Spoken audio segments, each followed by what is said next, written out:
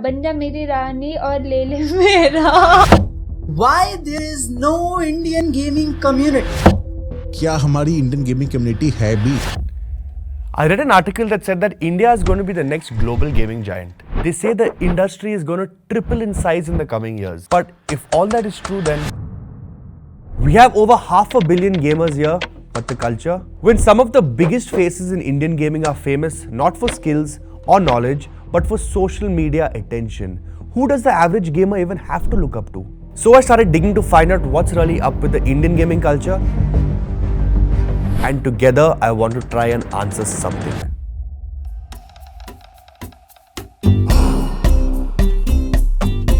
Why does the Indian gaming community still suck?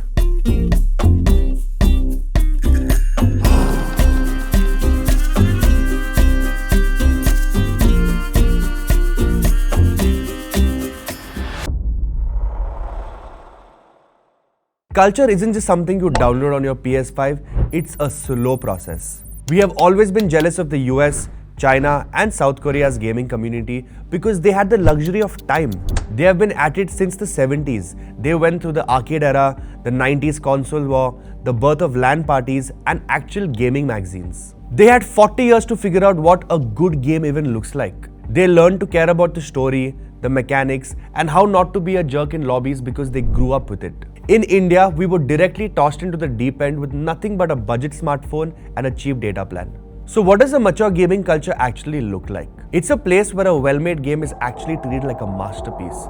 It's a space where people actually debate on a gamer's choice in a story mode game instead of just spamming play BGMI in the chat. The gap between what the rest of the world plays and what India plays is massive. We have a massive audience, but a tiny catalog. And this lack of variety is the rot at the center of the community. But that's just the surface.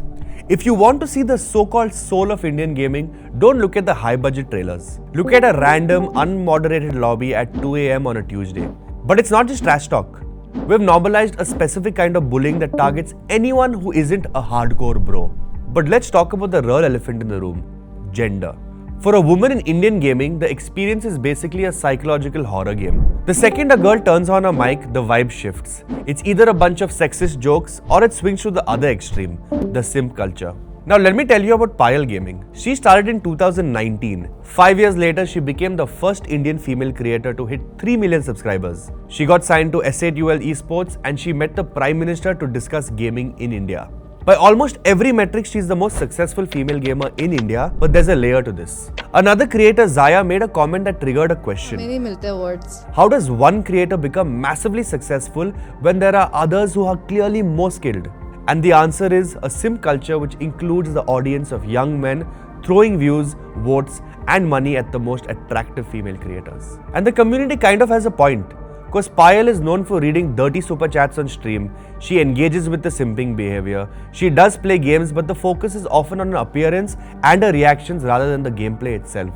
By contrast, Zaya plays genuinely difficult games. She was the first Indian female gamer to get a platinum achievement in Elden Ring.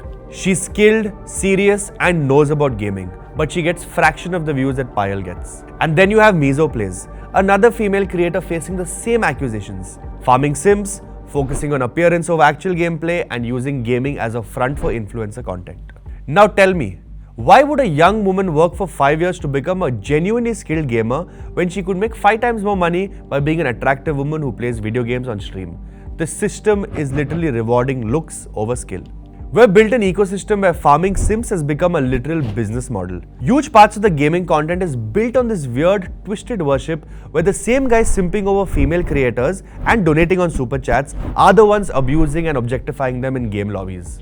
At this point, it's just a mob of millions of teenagers and young adults hiding behind screens, finding a new way to be creepy at scale. To understand this mess, we have to look at how India actually started gaming. In the 90s, gaming was a niche underground thing. While the rest of the world was buying official Nintendo consoles, we were going to Palika Bazaar to buy 8-bit clones. We played Contra and Mario on video game sets that cost 500 rupees. Those grey markets were gold mines for us. That's where we traded cheat codes and learned the basics. By the mid-2000s, we had the cyber cafe era. At its peak, India had over 2 lakh cafes. That was our golden age where people actually met up, played Counter-Strike and built real bonds. But then regulations changed, Costs went up, and by 2017, the culture had shriveled away.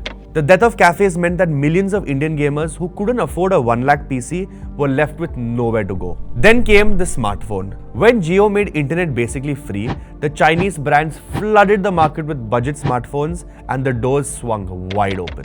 But this mobile explosion was Mother Miranda in disguise, because we skipped the whole PC and console generation and the community was misdirected. Big companies like Tencent didn't come here to teach us about game design, they came here to make money. They saw a market that didn't know better and unleashed psychological warfare. They used the freemium model to hook kids on dopamine. Remember those stories of kids spending their parents' life savings on Free Fire skins? Well, that wasn't an accident. That's a corporate strategy that puts profits over people. And this corporate greed filtered directly into our YouTubers. Our biggest creators were usually one-trick ponies. Techno Gamers was a GTA guy, Gamer Fleet was a Minecraft guy, Total Gaming was a Free Fire guy. But it's not their fault, because the audience also wanted this. This has created a crisis where gaming content is about everything except gaming. It's about social media, beef, internal drama, and clout farming. I mean, look at shows like Playground. It's marketed as a gaming show, but in reality it's just Big Boss with a controller in the background. It's shouting and cringe and all sold under the gaming label. And when the average person sees this, they don't see an art form, they see a circus. And the worst part is, we celebrate Western games and Western stories, but ignore our own. We'll hype up a Call of Duty trailer, but won't even mention an Indian dev who had just dropped a masterpiece on Steam. I mean, look at Raji, an ancient epic. It felt like ours. Pahari painting styles, Indian classical music. I mean, this was mythology with real care. It was a massive step forward. And what do so many of us do? We wait for a sale, or we just watch someone else stream it. The truth is, today, we live in an India where an Indian-made game about Indian mythology goes viral everywhere else but India. Like Unleash the Avatar, that's being developed by a Bengaluru-based gaming studio, EOS Games. It got over 100 million plus views, over 1 million likes and comments, and 91,000 subscribers within day one of the announcement.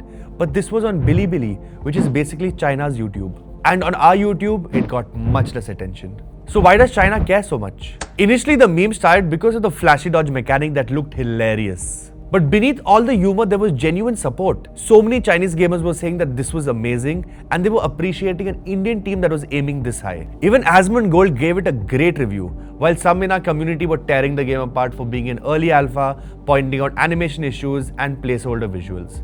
But in China, they saw the vision, they saw an Indian studio doing something world-class, and they showed up for it in numbers we can't even comprehend. And this single moment tells you everything about the difference between a gaming community that builds and a gaming community that just consumes. If you want a better gaming community, we have to stop looking for validation from the West and start validating our own creators.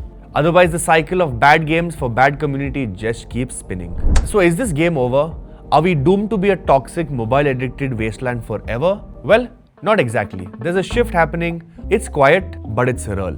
Firstly, the government is finally paying attention to gaming. When the PM sat down with top gamers, it wasn't just for a photo. It was a signal to old-school parents that gaming isn't just a waste of time.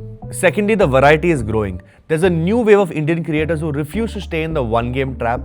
They're doing deep dives, exploring indie titles, and building fan bases that value knowledge over clout. And the third and the most important point is, Indian publishers are finally using our own mythology, history, and street life to create high-quality gaming experiences. These games are making waves globally, and for the first time, Indian gamers are feeling pride that isn't just about esports scores, but about a creative vision. But you know, at the end of it, we all have to remember, culture takes time and we've just started building ours. So, does the Indian gaming community still suck? Maybe suck is too harsh a word. Let's say it's immature. It's like a teenager going through its rebellious phase. We are loud, chaotic, and obsessed with trends. But here's the good news. In gaming, you can always respawn. We can change the meta. It starts with you, the person watching this video. It starts with expanding your library beyond just shooting games. It starts with calling out the abuse in chat instead of laughing along. And most importantly, it starts with supporting the developers who are trying to put India on a global map. The potential is right there. We have the numbers, we have the talent, and we definitely have the passion. We just need to level up. Okay, that's it for today. Comment down your thoughts and we'll chat there, and I'll meet you in the next video. Until then, keep playing, but maybe play something different today.